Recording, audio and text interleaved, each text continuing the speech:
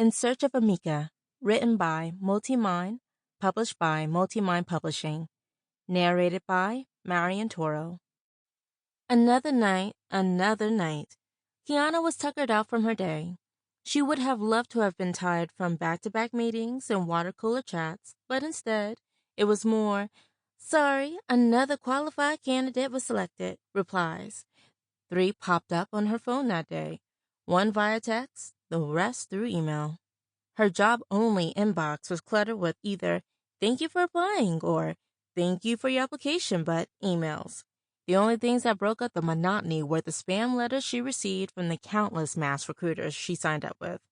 She used to trim her inbox, but now she hardly saw any point. Apply here, apply there, remain unemployed, no matter where. Her days were monotone, just like today. Do more resume work, search countless job boards, apply to whatever or wherever barely matched her skill set as a computer science kid with a fresh degree and 4 years of university debt.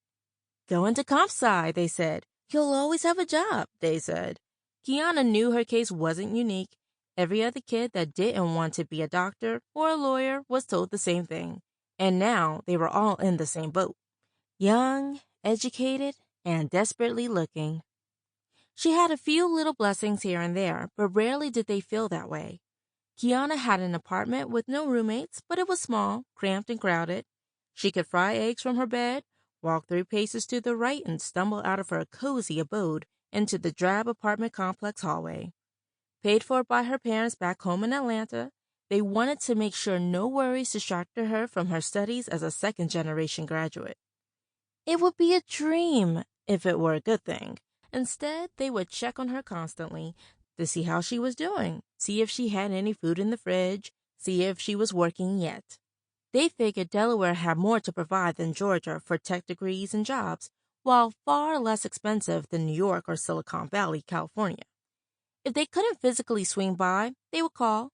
Every time her parents, Marissa and Terrence, filled her with encouraging words, but there was always salted with a pressure to find something.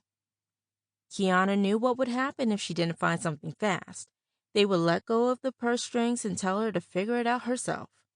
Their patience was already worn thin by buying the college apartment in the first place 4 years ago. They never wasted an opportunity either.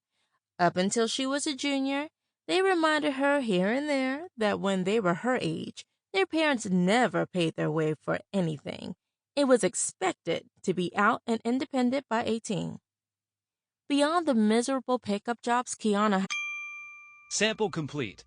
Ready to continue?